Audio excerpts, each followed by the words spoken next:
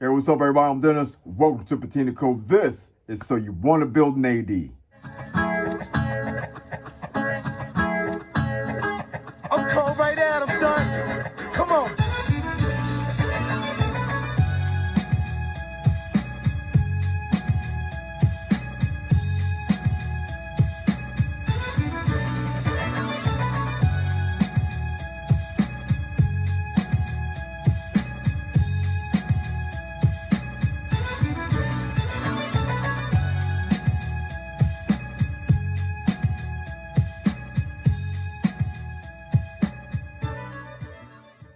Hello again, everybody, and thank you for tuning in for this edition of So You Want to Build an AD, powered by LS Fabrication. And, well, yeah, I guess you can't, but, well, there you go. You see in the background, we've been laying sound deadener, and it's an easy task. So we didn't get too into how to lay sound deadener. The key is you put the sound deadener on anything that's metal to keep from rattling, right? So we're already going to have the V8 engine in there. We're going to be running glass packs, and they're going to dump just short of, well, they probably won't be dumping short of the end of the cab. They'll run maybe, I don't know, 3 or 4 inches behind the cab, but still, that's enough noise to create the vibrations, the rattle. We don't want to have that on top of our sound system that we're having in here. And it's not no hell of a sound system, but it's going to have some knock. And these old trucks, that's the thing. You take all the time to try to quiet them down and get them from rattling, try to make them more modern without making them modern, right? So that's where the sound deadener comes in. And my choice on this one was Kill Mat. There are a few varieties of sound deadener out there. I chose to go with Kill Mat for just no other reason than I just need a sound deadener, right? So we got that in there, and it's looking good, and it's gonna sound good. Now we've gone into doing the final priming and painting on the seams and the jambs of the truck, and we're going to go ahead and get the whole inside of the cab painted up today. We got through with doing our block off panels for the back. We still need to do our speaker panel. I need to cut the hole for my 6x9 to go in my rear speaker panel, and we're going to do that later on, and then of course we'll sound deaden that as well. So there's a little overspray and a little paint on some of the sound deadeners. Not a big deal. I'm still going to be throwing the glue down, throwing down the double-sided tape to hold our carpet in place, and it's all going to adhere to the sound deadener, even with the paint on it. How do I know? Because I've done it before. So I wasn't too concerned with covering everything. The sound deadener doesn't have to look pretty. You're not even going to see it. It's going to be covered up with the carpet, and it's going to be hidden behind our custom-made interior panels that are on the rest of the truck. So we got our door panels covered because they are the LS Fabrication bead rolled door panels for this truck. So they're aluminum, they're metal. So we cover them in sound deadener as well. So right now, while all that's drying and curing, we're going to come in here and we're going to finish painting the rest of the cab. And it's really not much to it. We got it in primer. We're going to hit it with some alcohol, then hit it with the tack cloth, make sure we got all the lint and debris out of it. Then we're going to hit it with a coat of paint, let that flash over, then we're going to hit it again. And then after a couple days, I'll go back and I'll hit it one more time. And the reason why is because this is a ultra flat paint, and it's nothing special. It's just Rust-Oleum paint. And I mean, everybody's like, oh man, you paint with spray paint, yada yada yada. Paint is paint, right? And that's what I use, spray paint. You guys know from looking back at some of the other videos, you've seen lace painting the hood. A lot of people enjoy that video, which I'm thankful for. And we're going to paint this truck same way. Rattle can, man. That's all I know. I could go out and get the spray guns and do all this. I could even take it to my cousin because he's actually a professional painter. I could have him paint. And, he looks at my trucks and stuff, and he's like, shit, man, you're doing awesome with spray paint. You get a gun, you're going to be real awesome. But the same basics apply no matter how you're painting. Depending on how you want the finish to come out, you still have to go through and cut and buff everything. It's paint, man. It's paint. So what? It's in a rattle can. Yeah, who cares? So what? It's $4 a can. Yeah, I'm going to be driving. I'm going to get rock chips and all that. You think I want to spend $2, $3, $4, $5, $6, $8, $10, $12,000 on a paint job and then drive the vehicle like I do? I drive. I don't care. Rain, sleet, snow, or hail. I'm like the mailman in these damn things. We out. I don't have time to be worrying about, oh, my $15,000 paint job just got ruined. You know, you just got to think about it like this. Look at the Lamborghinis. You know, who knows what they cost to have one of those painted from the factory. Well, we're talking $350,000 cars. People are out there flying on the road. You think there's not rocks getting thrown at them? So, I mean, are they worried about their paint? Hell no. They're like, I'm in the badass car, right? I'm on the road rocket. Give a shit about the paint. But again, if you can afford a Lamborghini, then you can afford to take it and have it detailed, touched up, fixed, whatever the case may be. Point being, I don't have time to worry about my finish on my truck. I do a really good job with spray paint, and if it gets nicked up, well, you know, you still got to go through the same steps. You know, you got to sand it down, get it level, or you got to just continually just touch the spot until it fills back up to the level that the paint is. You know, I say again, I drive my trucks. We drive these shits. They're not just to be built and be like, hey, look what I got. Ooh. Who cares? I'm driving. That's the point of it. So we're going to get in here and we're going to go ahead and we're going to get this painted. Enough of my jibber jabber. And then we'll get on from the paint to our next step, which is going to be working right here on this cowl. We got to fill the seam that's between the upper cowl and the new cowl panel piece. And we're going to do that before we continue on across the rest of the cowling with the sound deadener. Obviously, we don't have sound deadener in this area because we're going to be welding. And of course, the heat would transfer. It could catch it on fire. So after we get done doing the painting on the inside, we're going to let that dry up. And then we're going to come back and we're going to start our work on this thing here. Real quick, guys, I just want to share with you how much 50 square foot of sound deadener will cover. And we have from one end of the toe board all the way across. You can see it's went all the way up the firewall, all the way up to the top of the cowling. We have the roof covered, as well as the whole back side of the cab, minus the support ribs. If we have some left over from the next box, we will go ahead and cover those.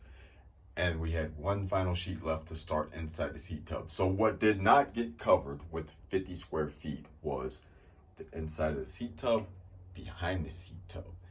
As far as the sound deadener reaching to the depths at the bottom of the cab corner, it goes all the way down to where it meets the inner cab corner. So you can cover the complete backside of the truck, the whole front floorboard, starting from the seat pedestal going forward. You can go all the way up the toe board, all the way up the firewall, all the way up to the top, very top of the firewall, all the way across. That's a lot, but not enough. 50 square feet did that. We're minus this.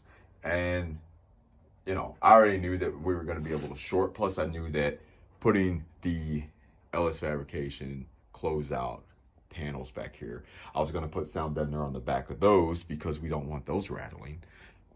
So it's going to take 100 square feet. So if you're thinking about doing a sound deadener, whatever brand, I have no affiliation with Killmat. It's just that's the brand I chose to go with on this run. But 50 square feet did a whole lot. So my advice would be to order 100 square feet. You can get 50 square foot boxes from Killmat. So I ordered 2. We have 100 square feet, and that's going to be more than enough to get everything covered in sound deadener that we want covered, and probably some more. So we're going to do the inside of the tub, the floor, of course, the closeout panels on the back side of the closeout panels, and then we're going to come and we're going to do the opposite side of the dash. I'm going to run some here and here, here, and then from the bottom here all the way up and all the way across. And it might be a little overkill, but I'm going to have extra so I can burn it up on that, and it won't be a problem. But that's what I do, man. You're going to want to order 100 square feet of sound deadener for an AD truck. And what I got right here for you to see is the Bondo tack cloth. There might be some better ones, whatever, but these are readily accessible. And when I went to my actual auto body shop, they were closed.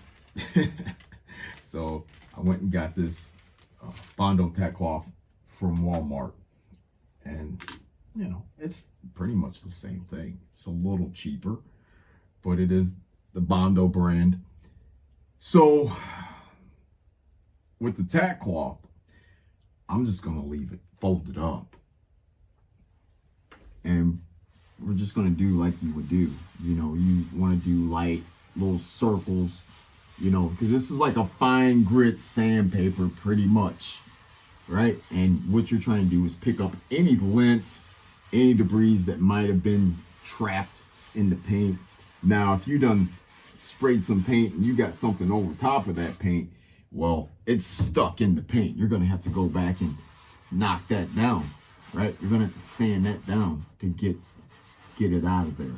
But just the dust in the air, any lint, whatnot that might be up here on your vehicle, tack cloth will lift it, and you just do like what you see I'm doing here. It's just light circles. Doesn't sound very light, but trust me, it's a light pressure. And the tack cloth is what it is. It's tacky, and it's got, you know, woven little fibers to help pick up and trap things. It's almost like a filter. Think about it like that. All right. So microfiber cloth, a real microfiber cloth, not that old fuzzy stuff. Get you a real microfiber cloth and get you a good spray bottle. It's alcohol, man. Alcohol's potent, man.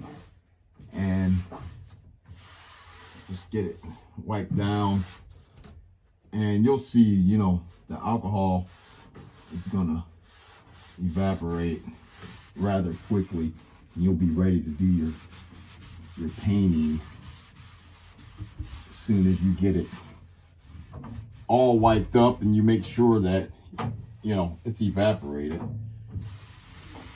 It looks like everything is dry, so let's commence to our spraying. And like I said, this is an ultra matte Rust-Oleum. That's what it is. And my deal was I wanted to find the ugliest, weirdest color to paint my truck because it's a rat rod. You know what I mean? Sort of, kind of, right? So, and I wanted something that looked like it was from back in the old days. And this color happens to be, I don't know if I should tell you what color it is, because some people are going to be like, oh, that's bullshit. I don't like that color. But then some people are like, I want that color too. But no, I'm just messing around. It's Joshua Tree. Rust-Oleum Joshua Tree. And so we're going to commence the spraying. You know, just let it burst. And why I like the mattes and the flats is because it can and will hide imperfections, because you don't have the gloss to magnify those imperfections. You see, I just sprayed a little bit extra there. That was where there was a baby spot that I'd seen that I was talking about earlier that probably nobody else would ever see. So we're just coating this thing right now. Just a light, you know, light little burst. Let the truck know, okay, we're getting paint on us. There's a light little mist. It's more than a mist, but for those of you who can see what I'm doing, you see what's up. And then we'll come back after this dries and we'll hit it again with the old tacker.